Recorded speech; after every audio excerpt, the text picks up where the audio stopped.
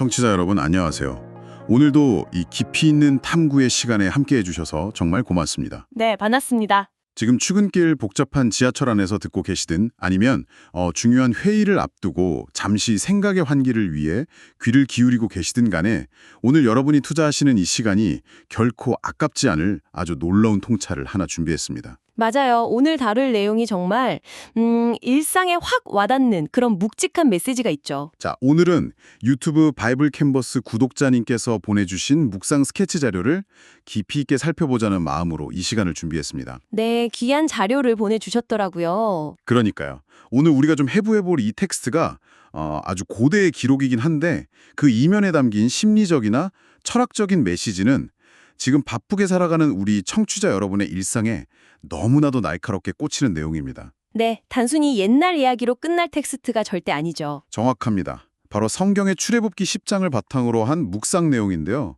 이스라엘 백성이 이집트, 그러니까 애굽을 탈출하기 직전에 내렸던 8번째 메뚜기 재앙, 그리고 9번째 흑암 재앙에 관한 이야기입니다. 애굽 왕 바로와 모세의 그 팽팽한 기싸움이 극에 달하는 시점이죠. 네, 그래서 오늘 우리의 미션은 아주 분명합니다.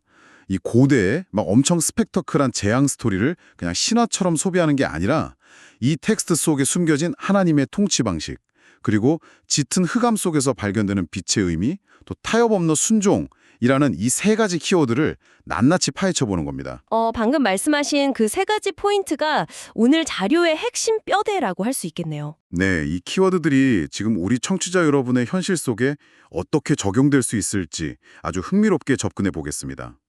전문가님은 이 자료 처음 보셨을 때 어떠셨나요? 일단 이 자료가 제시하는 접근법 자체가 상당히 흥미로웠어요.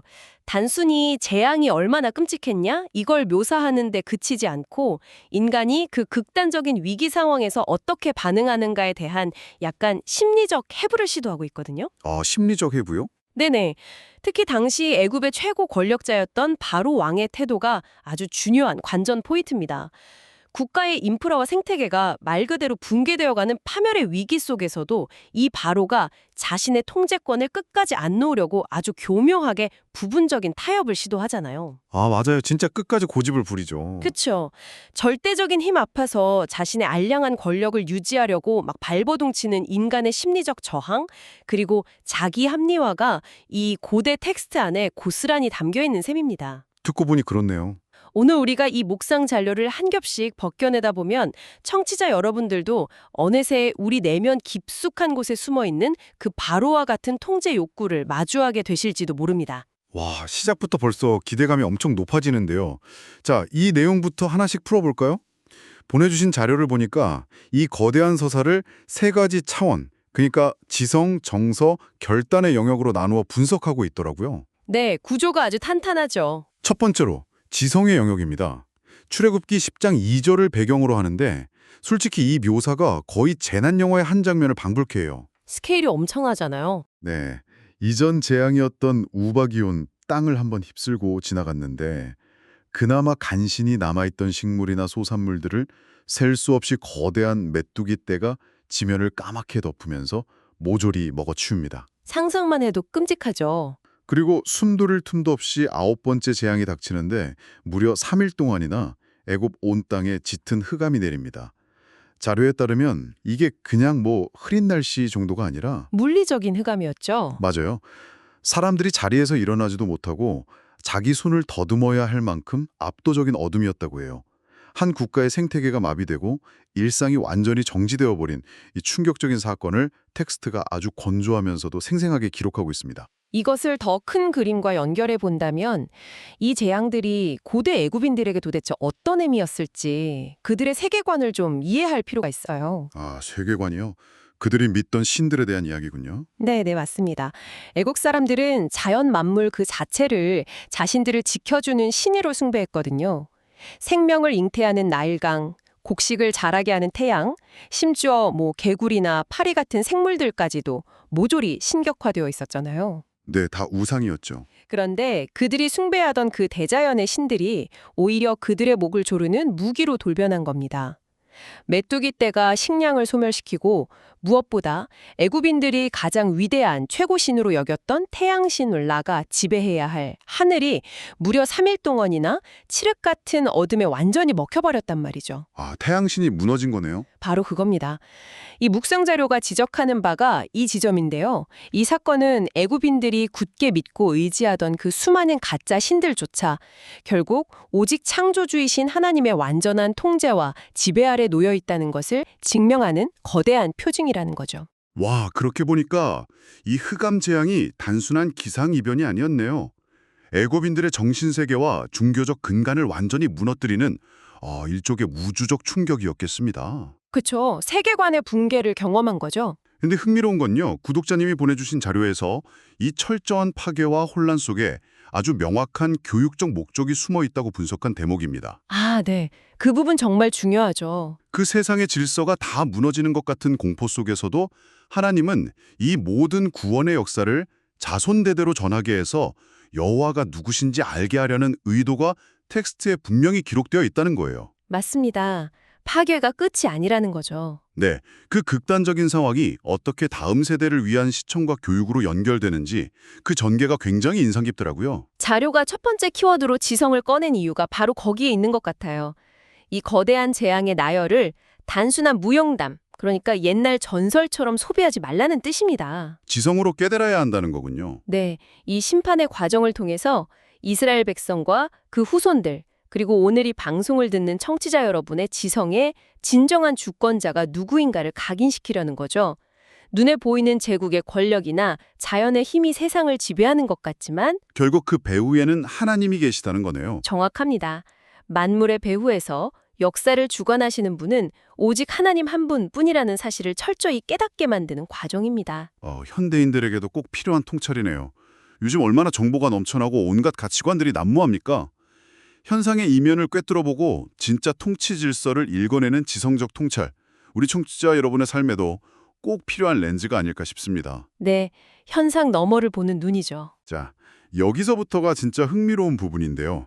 방금 전까지 지성이라는 렌즈로 거대한 주권과 우주적 질서를 이야기했다면 이제 자료는 아주 내밀하고 개인적인 감정, 즉 정서의 영역으로 우리를 안내합니다. 네, 이 부분이 개인적으로 가장 와닿았어요. 출애굽기 10장 22절 23절을 보면 정말 소름 돋을 만큼 드라마틱한 대조가 등장하거든요. 애굽 전역이 3일 동안 그 짙은 흑암에 갇혀서 사람들이 서로를 볼 수조차 없어 공포에 떨고 있을 때였습니다. 칠흑 같은 어둠이었죠. 네, 그런데 이스라엘 자손이 거주하던 고센 땅에는 놀랍게도 빛이 있었다는 겁니다. 한 하늘 같은 시간대 안에서 완벽한 어둠과 선명한 빛이라는 이 극명한 물리적 대조. 전문가님, 텍스트가 이걸 통해 어떤 메시지를 주고 싶었던 걸까요? 여기서 정말 매력적인 지점은 이 단순한 물리적 현상의 대비가 오늘날 우리 내면 깊은 곳을 건드리는 아주 강력한 정서적 은유로 작동한다는 사실입니다. 정서적 은유요? 네, 빛과 어둠은 인간의 가장 근원적인 감정 상태를 상징하잖아요. 한 치 앞도 안 보여서 옆 사람의 존재조차 인지할 수 없는 애굽인들의 흑암은 철저한 단절과 고립이 주는 공포를 의미합니다. 맞아요. 고립감이 제일 무섭죠. 반면에 하나님의 특별한 보호 아래 있는 고센 땅의 빛은 어떤 외부의 위협 속에서도 흔들리지 않는 절대적인 평안과 안전을 상징하고요. 아, 대비가 확실하네요. 네, 보내주신 자료에 인용된 청교도 신학자 토마스 왓슨의 영언이 이 정서적 대비의 핵심을 너무 시적이고 완벽하게 포착해냈어요. 아, 저도 그 문장 줄쳐가면서 읽었습니다. 제가 한번 읽어볼게요. 하나님의 은혜라는 태양이 신자의 영혼을 비출 때 세상은 짙은 흑암 속에 있을지라도 그 마음은 천국의 정오를 경험한다. 어떠신가요, 이 문장? 세상은 짙은 흑암 속에 있을지라도 그 마음은 천국의 정오를 경험한다. 와, 진짜 이 문장 처음 읽었을 때 우리 구독자님도 마음이 쿵하고 울리셨을 것 같아요. 곱씹을수록 깊이가 대단하죠. 청취자 여러분의 삶으로 이 문장을 한번 끌어와 볼까요? 우리가 살다 보면 외부 현실이 마치 애굽의 그 3일 흑암처럼 캄캄하게 느껴질 때가 있잖아요. 직장에서 막막한 위기가 오거나 경제적으로 너무 힘들거나 아니면 철저히 나 혼자 버려진 것 같은 지독한 고립감이 들 때요. 맞아요. 옆에 사람이 있어도 서로 닿지 않는 느낌? 네네. 바로 옆에 사람이 있는데도 서로를 볼 수조차 없는 그 짙은 어둠 속의 공포. 그런데 이 묵상 자료가 던지는 메시지는 외부 환경이 아무리 칠흑 같은 흑암이라도 하나님의 은혜 아래 있는 자들의 내면에는 결코 꺼지지 않는 생명의 빛이 있다는 겁니다. 그게 바로 천국의 정오죠. 그러니까 내 마음 한가운데 가장 밝은 빛이 비추고 있다는 이 정서적 확신이 있다면 세상이 주는 그 어떤 두려움 앞에서도 휩쓸리지 않는 단단한 평안을 유지할 수 있다는 거잖아요. 아주 중요한 포인트를 짚어주셨어요. 외부 조건에 휘둘리는 얄팍한 위안이 아니라는 거죠. 영혼 깊은 곳에서 나오는 그 천국의 정오를 경험하는 정서적 확신. 네, 진짜 평안이죠. 텍스트는 앞서 말한 지성적인 깨달음이 반드시 이 깊은 정서적 평안으로 이어져야 한다고 말하고 있습니다.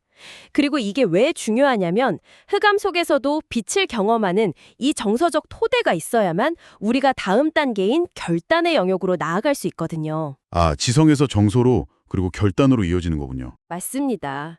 삶의 위기나 선택의 기로에서 타협할 것인가 아니면 전적으로 순종할 것인가를 결정짓는 동력이 바로 이 정서적 확신에서 나오기 때문이죠. 이제 마지막 핵심인 결단 단계로 넘어가 볼 차례입니다. 좋습니다.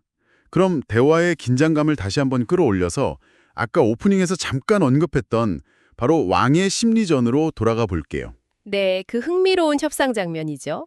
9번째 흑암 재앙이 너무 고통스럽고 견디기 힘들어지니까 바로가 모세를 다급하게 부릅니다. 그러고는 아주 그럴싸해 보이는 타협안을 딱 던지죠. 좋아, 너희 어린아이들도 다 데리고 가서 예배 드려라.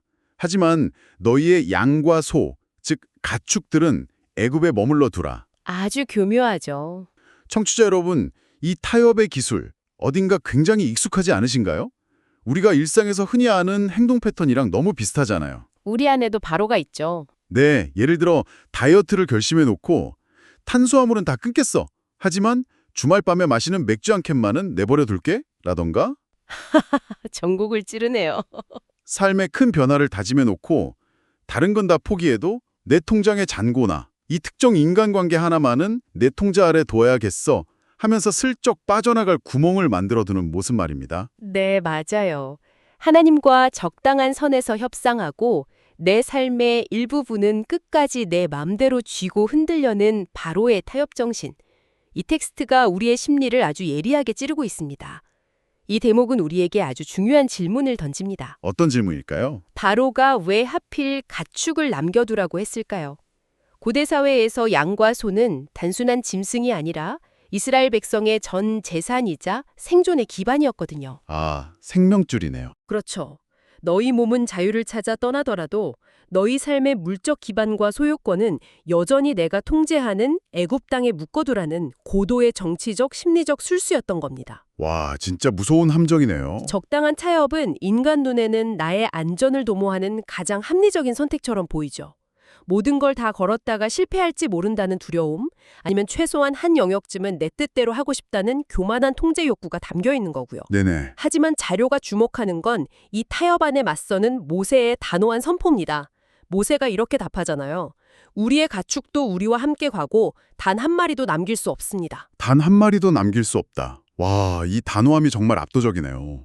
그렇다면 이 모든 게 도대체 무슨 의미일까요? 구독자님이 보내주신 자료에 따르면 하나님이 원하시는 건 내 삶의 99%를 드리고 1%의 여지를 남겨두는 그런 적당한 헌신이 아니라는 겁니다. 절대 아니죠. 내 시간, 내 물질, 내 미래의 계획까지 삶의 모든 영역을 온전히 내어드리는 전적인 순종을 요구하신다는 거죠. 맞습니다. 아까 우리가 살펴본 지성과 정서의 논리를 빌려오면 이게 왜 타당한지 명확해집니다. 만물을 통제하시는 분이 누구인지 지성으로 깨달았고 칠흑 같은 어둠 속에서도 나를 천국의 정오처럼 밝히시는 분의 은혜를 정서적으로 경험했다면 어떻게 내 생존의 동아줄을 여전히 애굽 땅에 남겨둘 수 있겠습니까? 그건 논리적 모순인 거죠. 네. 혹시 청취자 여러분의 삶 속에서도 신앙생활을 한다고 하면서 세상과 적당히 양다리를 걸친 채 하나님, 제 삶의 이 부분까지만 헌신할 테니 제 경제권이나 이 특정 습관에는 간섭하지 말아주세요 라고 선을 긋고 계시지는 않은지 돌아보게 됩니다. 타협의 본질을 아주 정확하게 짚어주셨어요. 타협이란 결국 나를 지키는 안전 장치가 아니라 여전히 애굽의 짙은 어둠 속에 내 삶의 끈을 묶어두겠다는 족쇄나 다름없습니다. 와, 족쇄. 네, 단 한 마리의 양이라도 애굽에 남아있다면 사람 마음이라는 게 필연적으로 자신들의 재산이 있는 그 애굽 땅을 향해 뒤돌아보게 될 때니까요. 맞아요. 보물이 있는 곳에 마음이 있다고 하잖아요. 그러니까 자료에서 강조하는 전적인 순종이라는 게 절대자가 폭군이어서 막 다 뺏어가려는 게 아니에요. 오히려 우리를 과거에 노예되었던 삶, 그 어둠의 영향력으로부터 완벽하게 단절시키고 고센 땅의 온전한 자유 속으로 이끌어가기 위한 가장 안전한 보호장치라는 거죠. 안전장치란 해석이 참 좋네요. 우리가 세상의 방식과 하나님의 질서, 양쪽에 발을 걸치고 있는 한 결코 아까 말한 그 천국의 정오가 주는 완전한 평안을 온전히 누릴 수 없다는 경고이기도 합니다. 적당한 타협이 나를 묶어두는 족쇄였다는 통찰, 정말 깊은 여운을 남깁니다. 자, 이렇게 해서 오늘 우리는 유튜브 바이블 캔버스 구독자님께서 직접 보내주신 묵상 스케치 자료를 통해서 이 고대 텍스트가 우리에게 던지는 강력한 메시지들을 파헤쳐 보았습니다. 시간이 정말 훌쩍 지나갔네요. 그러니까요. 여러분의 뇌리에 이 내용들이 선명하게 남을 수 있도록 오늘 다룬 3가지 핵심을 빠르게 요약해 보겠습니다. 첫째, 우리의 지성은 눈앞의 권력이나 재앙이 아니라 이면에서 모든 걸 통제하시는 분이 오직 하나님이심을 꿰뚫어 보아야 합니다. 네. 둘째, 우리의 정서는 환경이 아무리 캄캄한 흑암 같아도 내 마음속 고센 땅에는 이미 천국의 정오 같은 빛이 비추고 있다는 사실로 평안을 누려야 합니다. 맞습니다. 마지막 셋째, 이 확신을 바탕으로 우리의 결단은 단 한 마리의 양도 애굽에 남겨두지 않겠다는 전적인 순종으로 나아가야 한다는 것이었죠. 우리가 사는 현대 사회는 진짜 애국 시대보다 훨씬 더 교묘하게 타협을 요구하잖아요. 정보도 넘쳐나고 뭐가 진리인지 눈앞이 캄캄해지는 영적, 정신적 흑암의 시기일 수도 있습니다. 맞아요. 혼란스럽죠. 바로 이런 시대일수록 어둠 속에서 빛으로 인도하시는 하나님의 질서를 신뢰하고 적당한 타협의 끈을 잘라내는 결단이야말로 가장 강력한 지혜라는 사실을 이 자료가 너무 훌륭하게 짚어주었습니다. 이 통찰이 일상의 수많은 선택의 순간에 단단한 기준점이 되길 바랍니다. 네, 오늘 이 텍스트 해부가 청취자 여러분의 삶에 유쾌하면서도 묵직한 자극제가 되었기를 진심으로 바랍니다.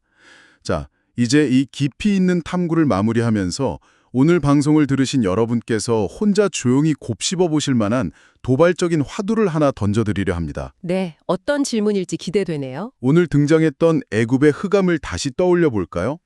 3일 동안 짙은 흑암 속에서 사람들은 서로를 볼 수조차 없었다고 기록되어 있습니다. 만약 여러분이 내 가족, 내 동료, 내 이웃의 얼굴을 전혀 볼 수 없고 감정도 교류할 수 없는 완벽한 고립의 어둠 속에 놓인다면 우리 사회는 어떻게 무너져 내릴까요? 상상만 해도 끔찍한 단절이죠. 반대로 고센 땅처럼 하나님의 은혜라는 밝은 빛 안에서 서로의 표정을 선명하게 읽어내고 서로 온전히 바라보며 연결되어 살아가는 공동체는 그 어둠 속의 사회와 얼마나 극명하게 다른 모습일까요? 청취자 여러분, 오늘 당신이 서 있는 곳은 사람과 사람이 단절된 애굽의 짙은 흑암 한가운데입니까? 아니면 은혜의 빛 아래서 서로가 선명하게 연결된 고센 땅입니까? 아, 정말 깊이 고민해봐야 할 질문이네요. 오늘 하루 이 질문을 꼭 한번 깊이 생각해 보시길 바랍니다.